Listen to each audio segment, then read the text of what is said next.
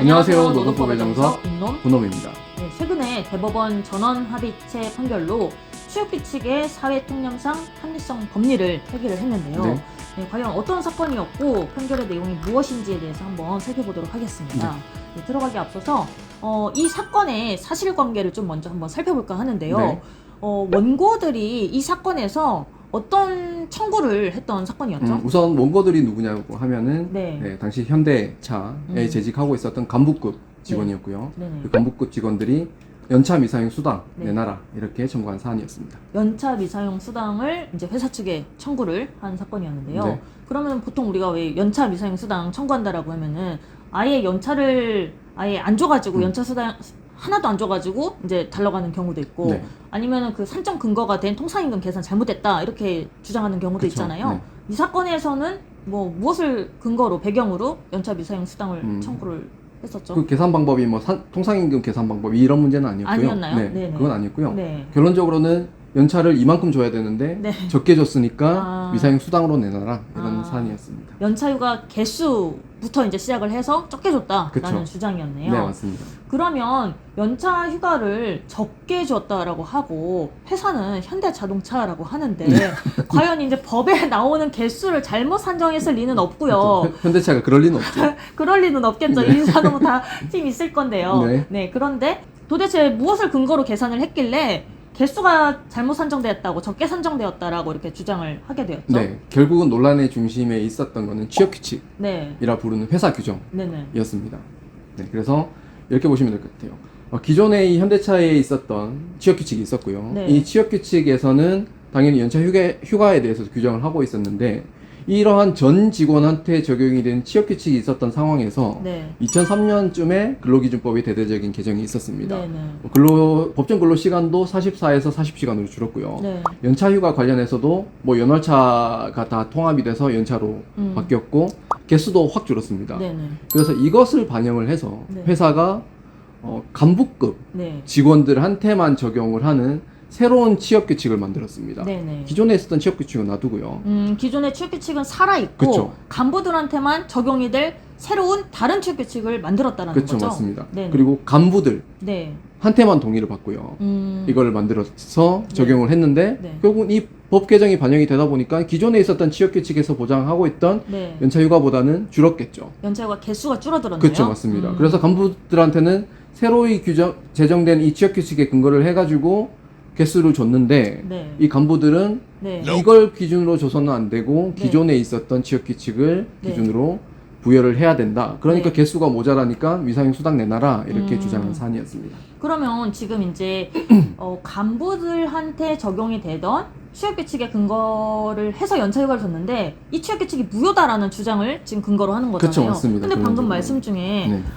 이 간부들한테 지금 동의를 받았다라고도 말씀을 해주셨어요. 네. 그렇게 불리한 내용이기 때문에 동의를 받았고 그거를 근거로 줬는데 동의를 해줬는데 지금에 와서는 왜 이것이 무효다라고 얘기를 하는 건가요? 법 규정을 한번 봐야 될 것 같습니다. 아, 네네. 법 규정을. 법 규정을 보시면 네. 취업규칙을 불이익하게 변경을 할 때는 네.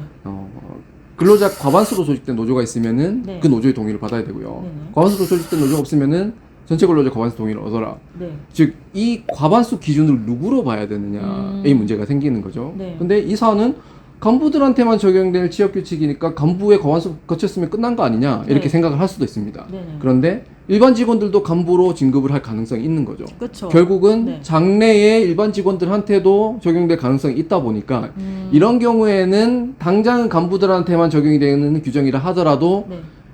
그 기준은 전체 근로자한테 적용되는 규정으로 봐야 된다. 따라서 전체 근로자의 과반수로 조직된 만약에 노조가 있었다라고 하면은 그 노조의 동의를 받았어야 되는데 그 노조가 있었음에도 불구하고 안 받았다는 겁니다. 그러면은 간부 대상으로 동의를 받았기 때문에 법에서 말하는 동의 절차를 제대로 거치지 않았다라는 주장이네요. 그렇죠, 맞습니다. 그러면 원고의 주장은 동의 절차의 미비로 인해서 변경의 효력이 없다. 결국에는 이 변경된 취업규칙이 무효다라는 주장이잖아요.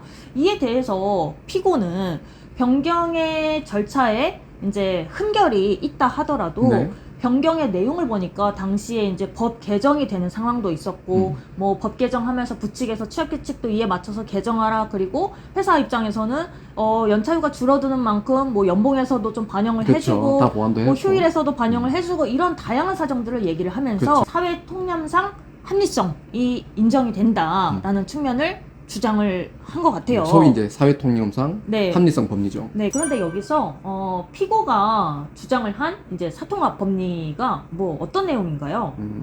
근로기준법에 보면은 네. 취업규칙 불이익 변경을 할 때는 동의 절차, 즉 절차를 거치라고 되어 있습니다. 네, 네.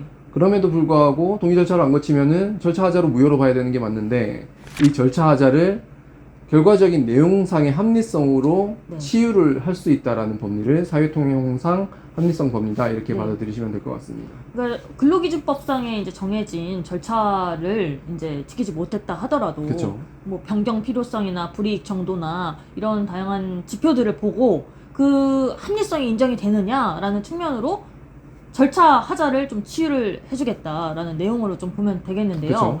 네, 그런데 지금 대법원으로 갑자기 올라가니까 네. 사통합 법리를 폐기를 하겠다라는 내용을 밝혔어요. 네. 이 사통합 법리를 폐기하겠다라는 내용을 좀 저희가 어떤 의미로 받아들이면 될까요? 결국은 이 절차상의 하자는 네, 내용상의 합리성만으로는 하자 치유가 안 된다. 네. 이렇게 판시했다고 보셔도 될 것 같습니다. 그러면은 이제 동의를 안 받으면은 원칙적으로 좀 무효다라는 입장으로 좀 보면 되겠네요. 네네. 네, 그런데 이 사통합 법리를 폐기를 하면서 네. 집단적인 동의권 남용 법리가 이제 있다. 그리고 그것으로 이제 법원이 직권 판단을 해야 된다라는 것을 제시를 했는데요. 그렇죠. 이 내용은 좀 무엇일까요? 다시 말씀드리지만은 절차상의 하자는 내용상의 합리성만으로, 내용상의 문제만으로는 치유가 안 되는 거고. 네네. 그렇다 하면은 무조건 회사는 동의를 받아야 된다는 말이 되는데, 네. 극단적으로 가서는 동의권자가 동의를 안 해줬을 때는 절대적으로 회사 취업규칙을 변경을 못하는 네. 그런 상황이 생길 수도 있으니까 그래도 이 절차상의 하자를 치유할 수 있는 네. 뭔가 다른 법리가 필요했다라고 생각을 하고요. 네. 그 내용상의 합리성뿐만 아니라 절차는 절차상 문제로서 치유를 해야 된다라는 측면에서 대표권 남용 법리를 이번에 판시를 했다 이렇게 보시면 될 것 같습니다. 네, 그런데 여기서 좀 의문을 가지는 분들이 계실 수도 있을 것 같아요. 네.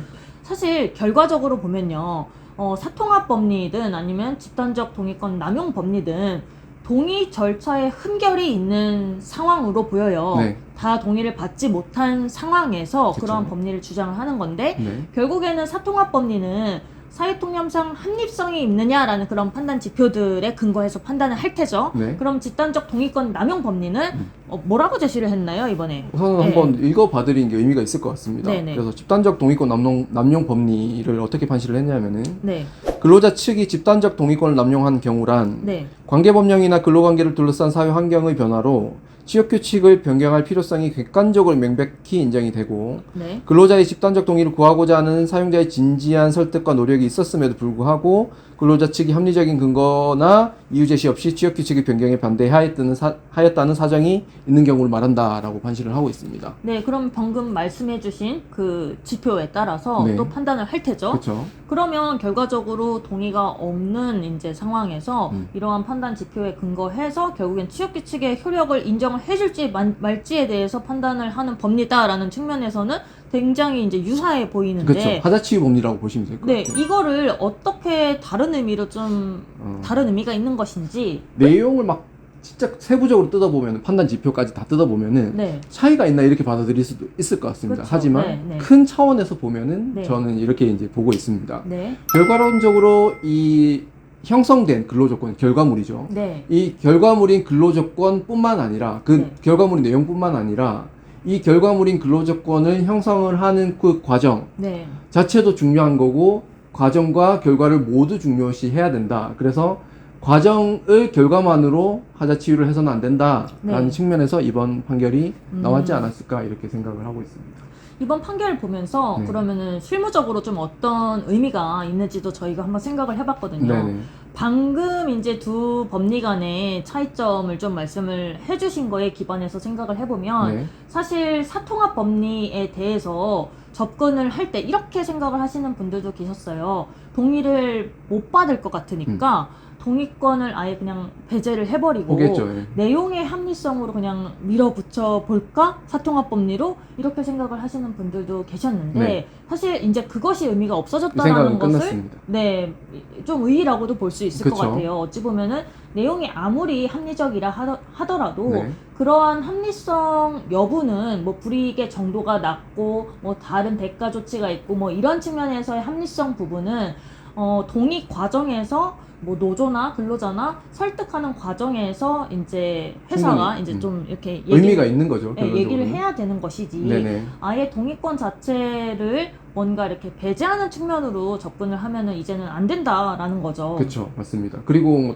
또 다른 측면에서는 네. 그럼 회사 입장에서는 너무 이제 방법이 없지 않느냐라고 생각을 했을 때는 충분히 합리적인 안을 마련을 한 다음에 정말 네. 절차적인 측면에서 네. 노동조합 또는 이제 동의권자를 설득을 하려고 충분히 노력을 해야 되고요. 네. 그럼에도 불구하고 만약에 노동조합이 이거는 동의를 해주는 게 정말 사회적으로 봤을 때 맞는 사안이다라고 판단이 됐음에도 불구하고 동의권을 가졌다는 네. 이유만으로 이거를 거부를 하는 게 동의권 남용으로서 판단이 될 여지도 이제는 생겼다. 네. 네, 이런 상황으로 보셔도 될 것 같습니다. 동의권을 남용했는지에 대한 구체적인 사실관계를 본다라는 거죠. 네, 맞습니다. 결국에는 지금 이제 나온 판단 지표 중에서는 이 사용자가 진지한 설득과 노력이 있었느냐라는 측면과 그리고 합리적인 근거나 이유 제시 없이 무조건적으로 반대만 하고 있는 상황인 건가라는 걸 좀 중요하게 보지 않을까 싶습니다. 그렇죠.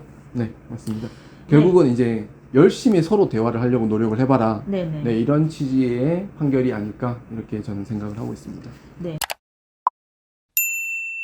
사실 이번 대법원 판결문 그리고 1심, 2심 판결문까지도 쭉 보면서 당사자 입장에서는 어떨지 모르겠지만 저희가 이 판결문을 읽었을 때는 노동 법학적으로 되게 재밌더라고요. 그렇죠. 저는 굉장히 네. 좋았습니다. 굉장히 쟁점하고 많이 다르고 있고요. 네, 뭐 네. 소위 이제 단체 협약의 효력 확장 네네. 네, 그런 문제도 있었고, 그다음에 취업규칙 변경의 주체가 누구냐, 이게 네네. 불이익 변경이 맞느냐, 뭐 이런 네. 엄청난 많은 쟁점을 다루고 있어가지고, 네. 저는 좋았습니다. 네, 저희가 오늘 영상에서는 이 사통합 법리에 좀 초점을 맞춰서 설명을 드렸는데 관심 있으신 분들은 저희가 네이버 일간지 카페에다가 이 판결문들을 다 올려둘 테니까 네. 한번 뭐 읽어보시면 네. 재미있을 것 같습니다. 그리고 판결문이 모두가 이해가 간다. 네, 네, 이러면은 나는 노동법에 좀 고수다 이렇게 생각을 하셔도 될 것 같습니다. 네, 그렇습니다. 네, 오늘도 유익한 영상이 되셨기를 바랍니다. 네, 감사합니다. 감사합니다.